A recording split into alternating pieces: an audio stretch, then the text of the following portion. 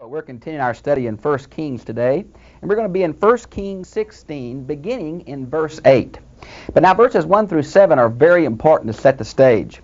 We have Jehu the prophet, now not the later king, but Jehu the prophet, who God is going to speak to concerning the dynasty of Baasha.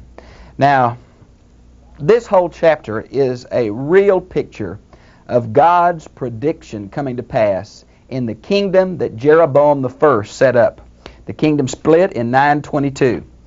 There had been 3 kings in Judah. There have been 4, 5, 6 kings in Israel. And some are going to reign as little as 7 days, and some are going to reign as little as 2 years, and it is just a madhouse what's going to happen. One person will assassinate the king, and he'll become king, and someone will assassinate him. It is really instability. There is no dynasty like the Davidic dynasty in the south. And we catch part of that here.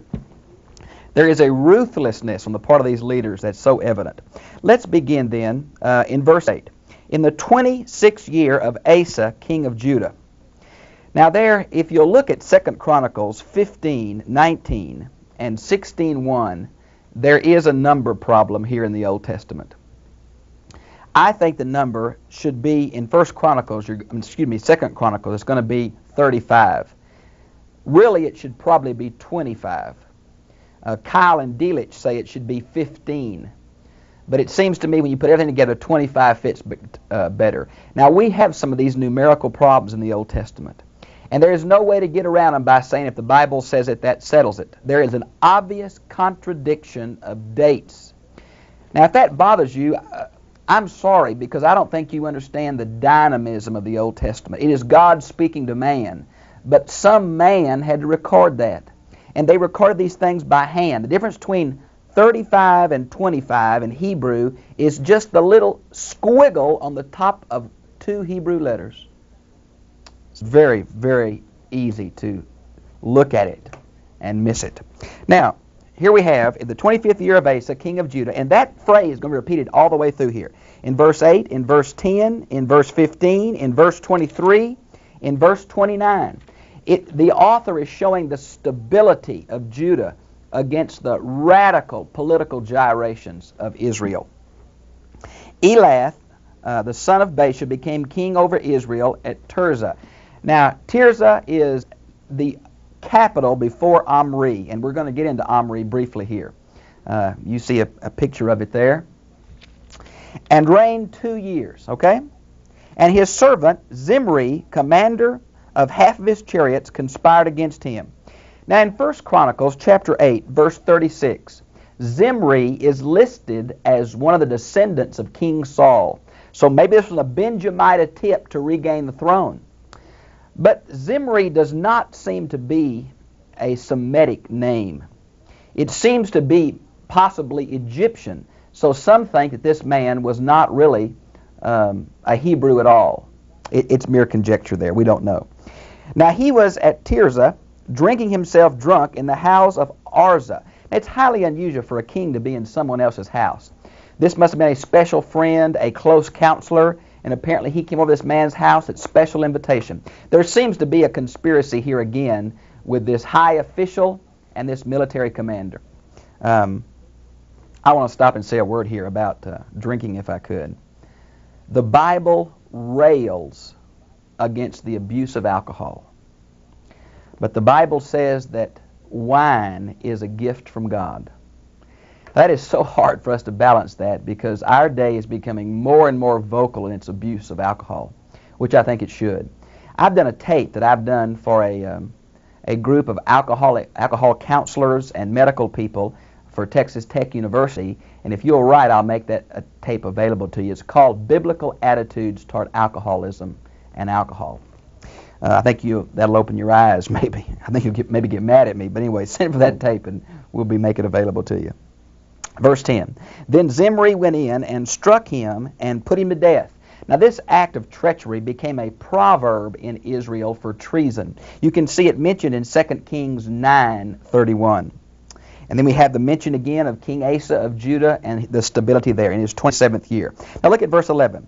And it came about that when he became king, as soon as he sat on the throne, he killed all the household of Baasha, He did not leave. Now your Bible, probably mine has a single male. But if you'll look in the margin, the Hebrew is one who urinates against the wall.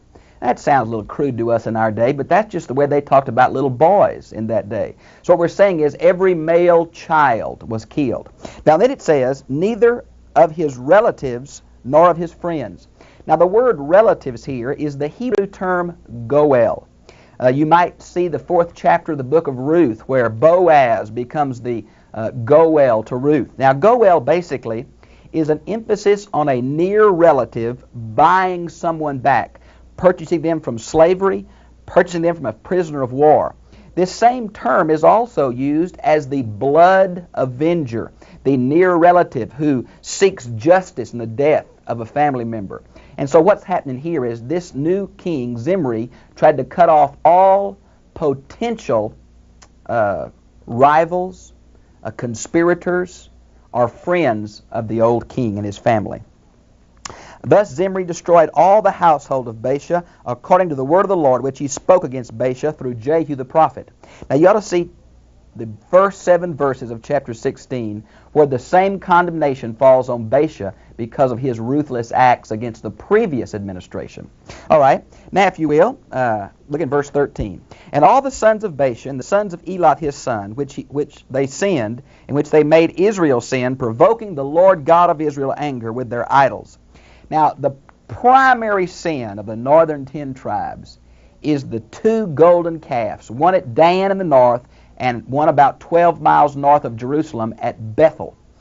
These kings tried to have a rival to Jerusalem, and all kinds of idolatry and illicit religious sex was involved in the worship of these 2 golden calves. Now, remember that the golden calf worship was not going after a foreign god, because when Aaron made the golden calf in Exodus, he was trying to make a representation of Yahweh. So Jeroboam I was not trying to go after a foreign god, but he was breaking the commandment not to make a graven image of anything in heaven. And so that's what we have here that continued in the northern 10 tribes. Now, let's go to verse 15 then. In the 27th year of Asa, king of Judah, Zimri reigned 7 days, 1 week, at Tirzah. Now the people were encamped against Gibbethon. Now you can see Gibbethon on the map. It's a very important little town on a major trade route, and you can see it there, which belonged to the Philistines. That still shows their dominating power of the coastal plain. The Philistines, with chariots, controlled that coastal plain for a long, long time, even though the Hebrews controlled the highlands. Now, and the people who encamped heard it and said, Zimri has conspired and has struck down the king. Therefore all Israel made Omri, the commander of the army, king over Israel that day in the camp. Now here is a good example of the kind of history that Kings and Chronicles is, especially Kings. It is a very selective theological history. Now Omri is one of the most powerful kings that the northern 10 tribes ever had. Militarily, commercially, stability-wise, he was one of the best of the northern 10 tribes. Matter of fact, in all of the Assyrian documents of the period, they call Israel by the term the house of Omri. Another king that's very important in the northern 10 tribes, very stable, very successful, is Jeroboam II, toward the end, just before a few years before the fall in 722 of the northern 10 tribes to Assyria. He is a very powerful, very stable king. He is only mentioned in a few verses in Kings. So here we have Omri and Jeroboam II, 2 of the most powerful, stable kings, barely mentioned, only 6 or 7 verses apiece. And so we see the kind of theological history that these accounts are. Now, Omri and all Israel with him went up to Gibbethon and besieged Tirzah. And it came about when Zimri saw the city was taken, he went into the citadel of the king's house.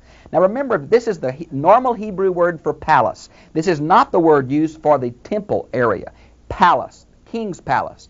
Now part of the king's palace was a fortress. We might call it a citadel.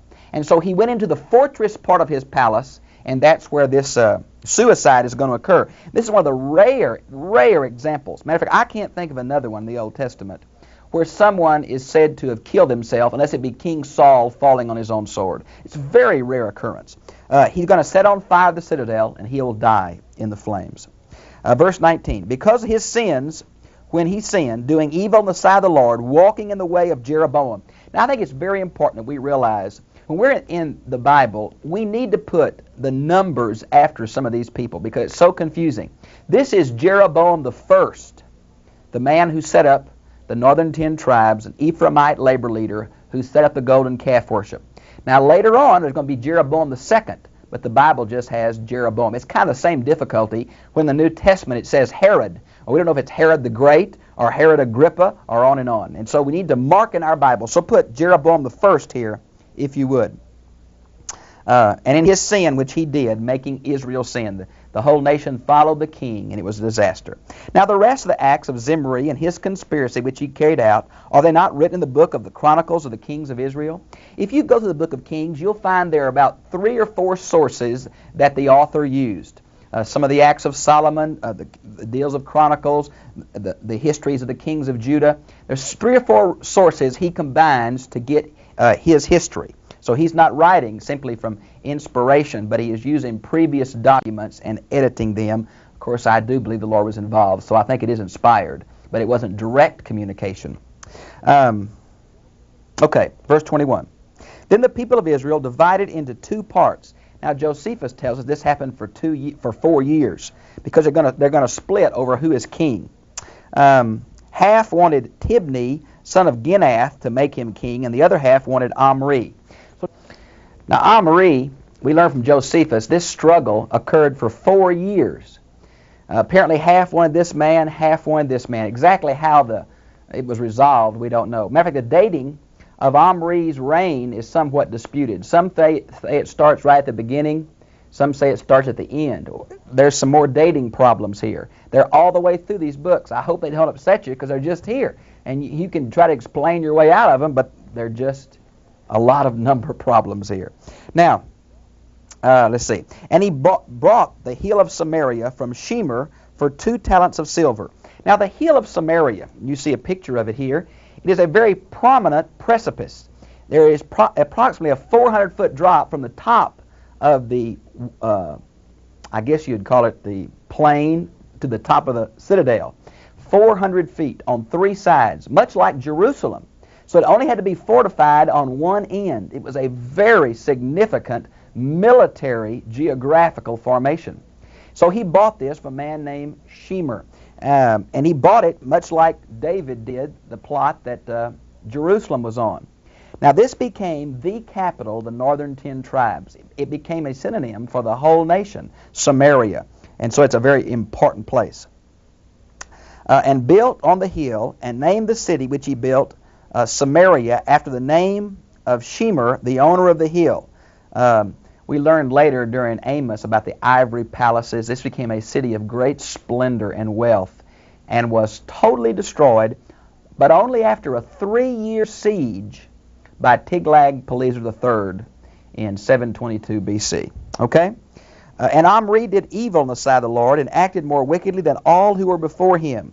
Now the reason they say that, apparently, Omri is the one that opened up Israel to Tyrian Baal worship. Now, Baal is mentioned back in Exodus. We have the Baal of Peor and all of that, mentioned in Deuteronomy, but it didn't become a full-blown national movement until this time.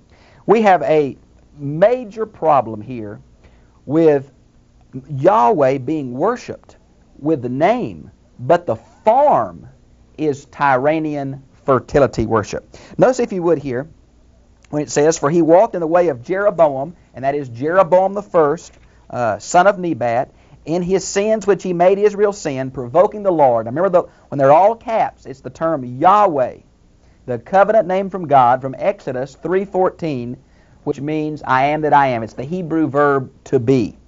Now the rest of the acts of Omri, which he did, and his might, which he showed, are they not written in the book of the Chronicles, the kings of Israel? So Omri slept with his fathers and was buried in Samaria, and Ahab his son became king in his place. Now, of course, Ahab, as you see from the next few verses, is going to marry Jezebel. Now, Jezebel is the one who imported these priests and priestesses, both of Baal and Ashtaroth, in wholesale numbers and ate at the palace.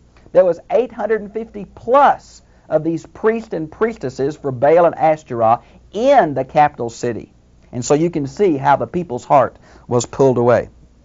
Now, the daughter of Baal, you know his name includes this fertility god.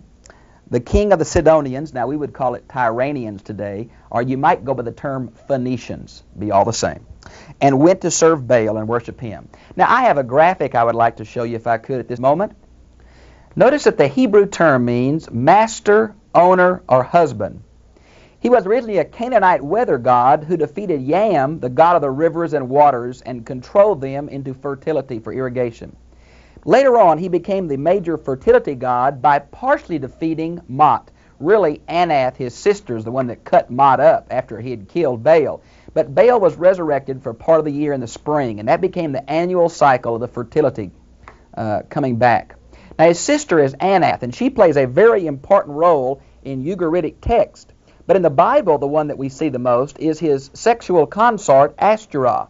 Now, he's symbolized by an uplifted pillar, usually associated with this wooden stake for Ashtaroth.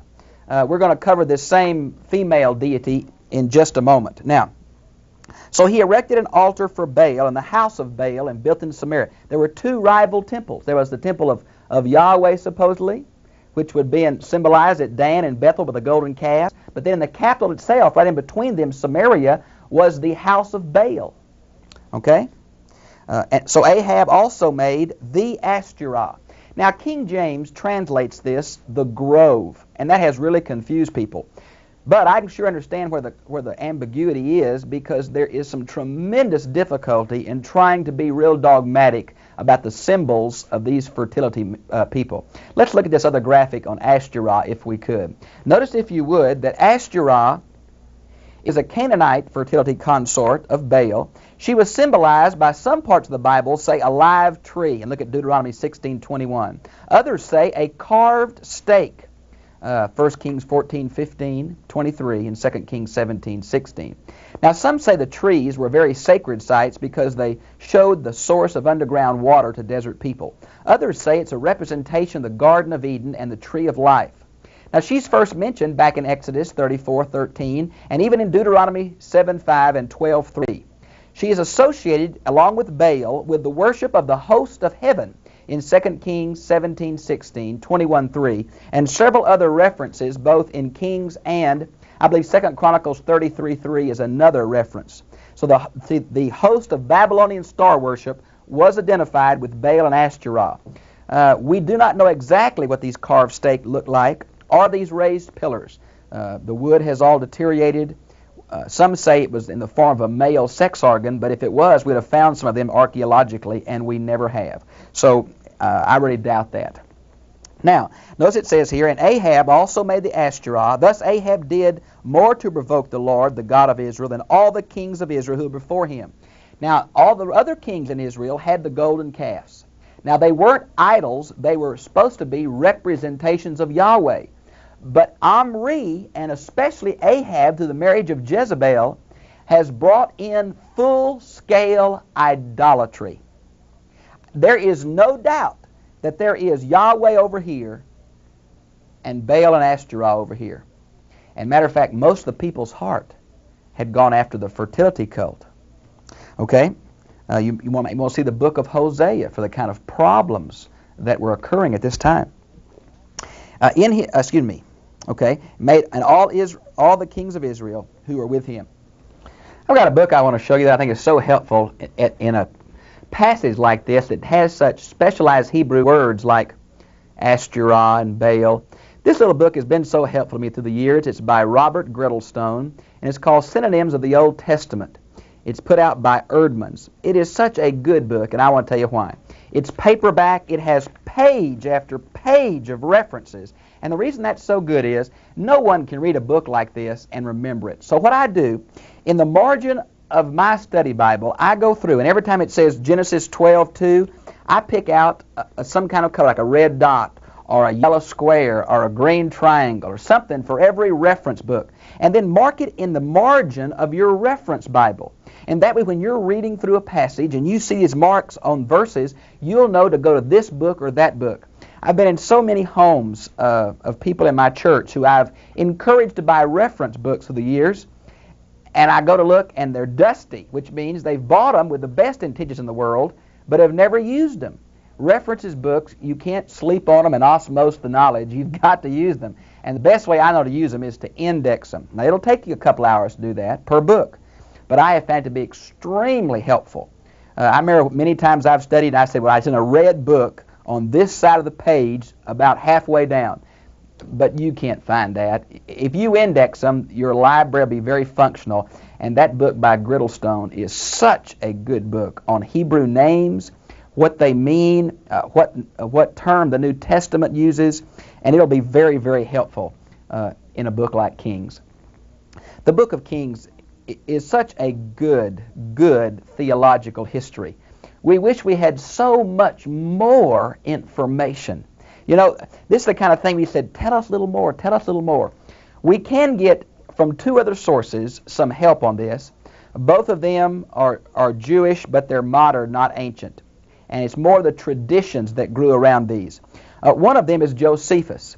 Josephus' book, The Antiquities of the Jews, takes us back, and he put some things in, like 4 years that Omri fought with Tibni over the kingship. We don't learn that from the Bible, we learn it from Josephus. Now, it was apparently a tradition handed down, and he wrote during the time of Christ, around, matter of fact, he was there at the fall of Jerusalem in 70 A.D. He was a Pharisee.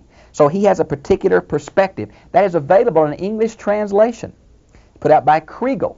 And I think it'll be very helpful to parallel Kings and Chronicles. The other book I was thinking about that is so helpful to me is a 2-volume set called Bible History. Is put out by Alfred Edersheim. I think I mentioned it to you at last program.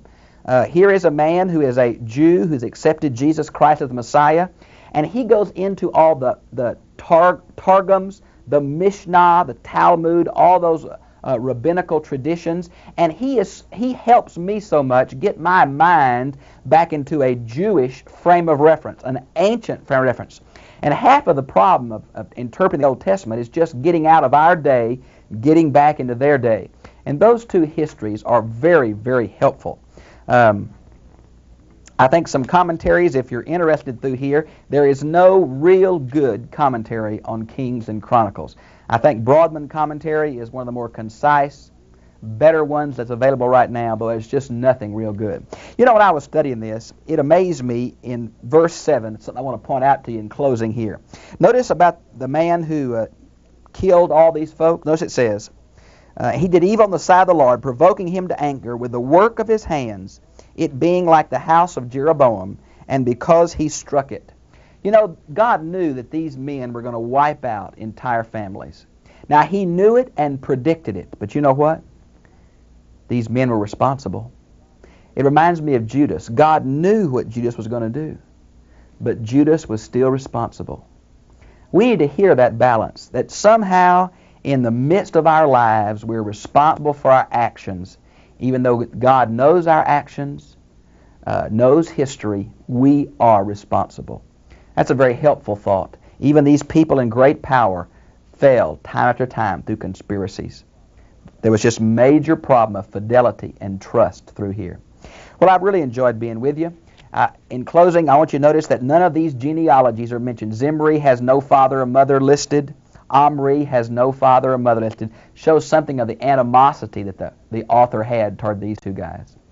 Have a good day. God bless you.